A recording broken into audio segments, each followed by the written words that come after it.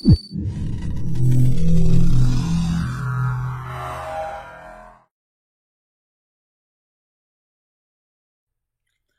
to the Wrestling Replay. It's Kato here with your SmackDown Replay of the Week. Now, this week's episode of SmackDown was a little bit different. It's been a little bit slower, I should say, from the previous weeks, right? Right now, I consider SmackDown as one of the best shows that's being produced by WWE right now. I consider it the A show, where normally you would consider that to be Monday Night Raw. Why is that? Because of things like we've got in this week's episode.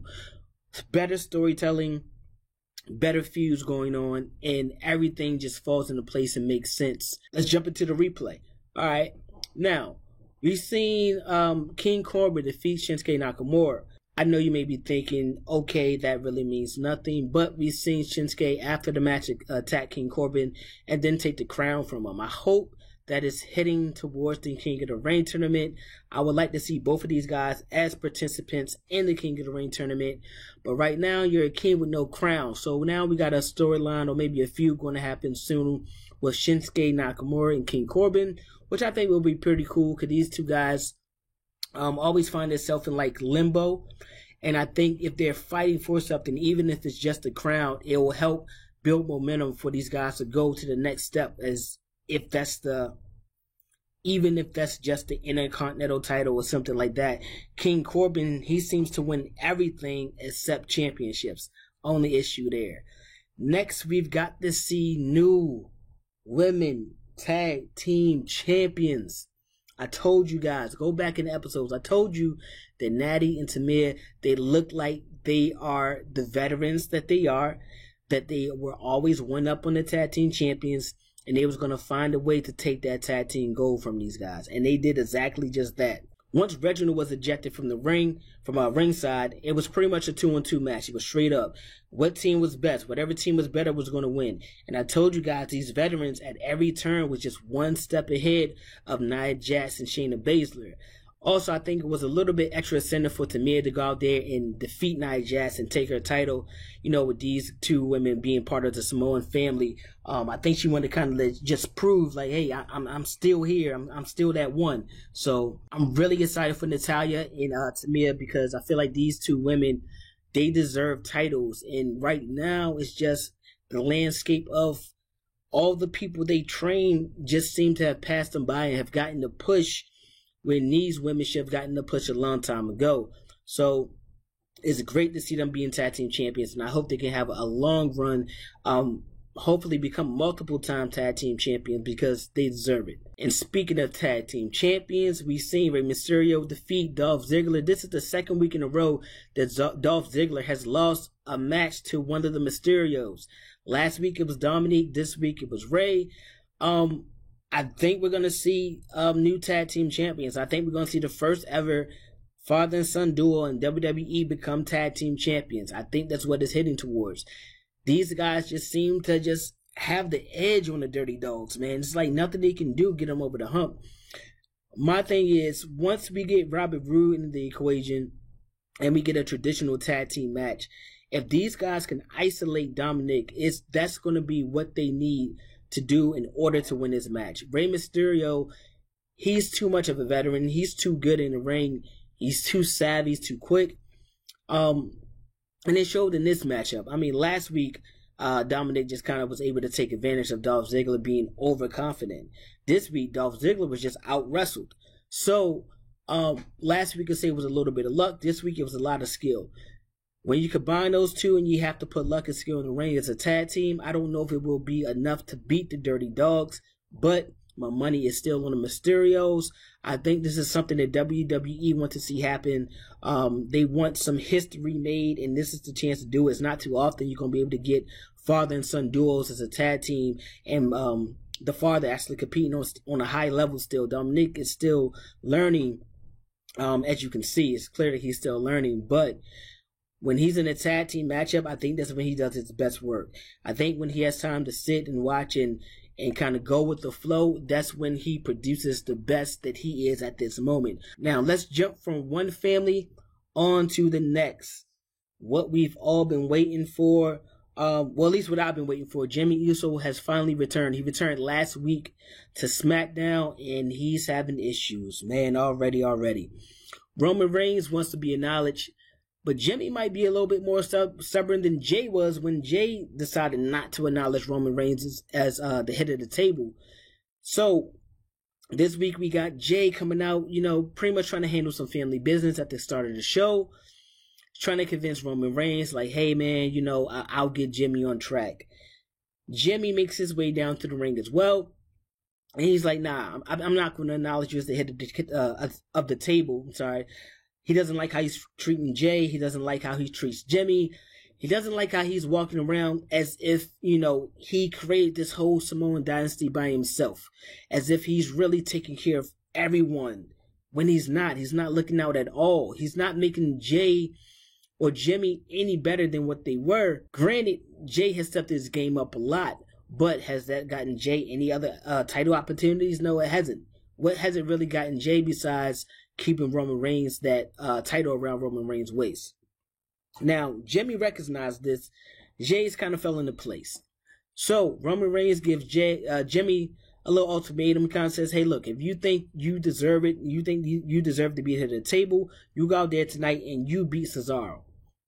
That led us to our main event for SmackDown, and it was a hell of a main event. Jimmy and Cesaro, they tore the house down. But, problem being, in the middle of the match, Roman Reigns and Jey Uso decide to interfere. Boy, oh boy. They decide to come in and attack Cesaro when they finally found him at a weak point, when they finally caught him not paying attention and lacking a little bit. And they ran down on him. They ran down, but I can't say the results is what they wanted the results to be. It was similar results to like it was last week. And that's with Cesaro standing tall in the ring, and the family kind of just scattered all around in pieces. Roman Reigns, during the midst of the attack, he decided to retreat. Jimmy was laid out at ringside, and Jay, he took the brunt of most of the punishment, taking 2 equalizers, and pretty much left him laid flat at the end of SmackDown. So, what does that say? Where are we going? That attack can only open up Jimmy's eyes even more, as Roman Reigns watched his cousin take 2 equalizers and didn't attempt to even run down and save him. That's going to help Jimmy argument a lot more. Jay, I think that should kind of help start to bring him around a little bit. I think we're going to see a turn coming soon where Jay is going to, start to realize, what? Maybe Roman don't have my back like he said he has my back. Maybe he's not holding down the family like he said he was holding down the family. And I think that's going to help Jimmy kind of nudge Jay away from Roman a little bit. I was suspecting we get Roman Reigns and The Rock. I was always saying that Roman was Thanos right now, but I could see a little plot twist happening. I could see Jimmy as a Universal Champion. Maybe I'm tripping. Wait. Maybe I'm tripping. But there's no way that Cesaro is going to get past Roman Reigns. 2 weeks in a row, he's come out on top. Right? 2 weeks in a row. Eventually, that luck is going to run out. Eventually, all that adrenaline that you have and hatred toward the champion, it's not going to be enough for you to overcome the odds of pretty much 3-on-1 every single time. Possibly 4-on-1 if Paul Heyman decides to interfere at any point. So I think this Cesaro is going to lose at WrestleMania Backlash. But the backlash I think that's going to happen is Jimmy Uso pretty much telling Roman Reigns, or giving it to Roman Reigns in a way where he's going to put his name in that hat for that Universal Championship. And that will be an awesome storyline. We already seen it once. What's better than doing it once? Running it back for the replay. I would love to see Jimmy and Roman Reigns get it on one-on-one for that Universal title. That will be the ultimate factor where Jay really has to decide, am I going to help my brother or am I going to help my cousin? Am I my brother's keeper or am I not? So that's going to be where Jay really have to make his decision and really decide exactly what he wants to do, what side he wants to be on at the end of the day. Now, can I see Jimmy winning the Universal title? Yeah. When you're putting on matches like that with Cesaro, yeah. Because these are your top guys that's on SmackDown right now. And if you're putting good matches on with these guys, then I believe that you're going to continue or get better when these matches come about more often. Jimmy, you know he has the microphone skills. That's no problem. He has charisma. He has the crowd of the fans behind him. That's no issue. And it would give Roman Reigns a legit reason for losing, or how he ended up losing is because his cousin screwed him over pretty much. He decided to go with his brother if Jay decides to help Jimmy win that Universal title. So now I see this can go a few different ways. I would love to get the Roman Reigns and The Rock. But if The Rock is working on movies and shows and things of that nature, I don't think those partners that he's, in bed with as far as movies and TV shows are going to be wanting their star actually competing in the ring where you could possibly get hurt. Now I have to delay what I'm doing over here just because you wanted to continue to wrestle or, do a one-off match that could possibly, delay everything we got. So maybe that plan gets scratched. Maybe Jimmy is the answer to this Roman Reigns head of the table storyline that's really been going on for months now. So I'm excited, man. I'm excited. I think after Backlash, we're really going to get some answers solved to exactly what's going to happen on the SmackDown brand. Now, that was pretty much everything that happened on SmackDown. I'll post the full description down below. So any promos like that you may have missed, I'll drop it down in the description box so you pretty much see exactly what happened on SmackDown. Every single thing. I only talk about the matches and important promos that pops up.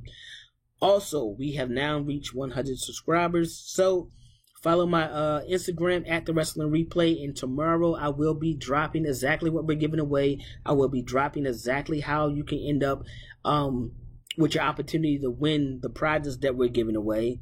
And, good luck to everybody. I hope you enjoy what we're giving away.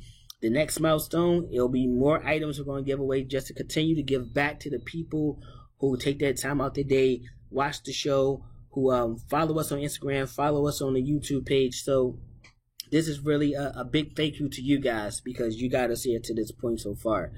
Also, if you haven't already, make sure you like and subscribe, turn your notification to the channel. Everything that you're supposed to say, I guess, as a YouTuber now. But yeah, do all that stuff that you're supposed to do. And that was pretty much it, man. Until next time, I'm Kato, signing out. Peace.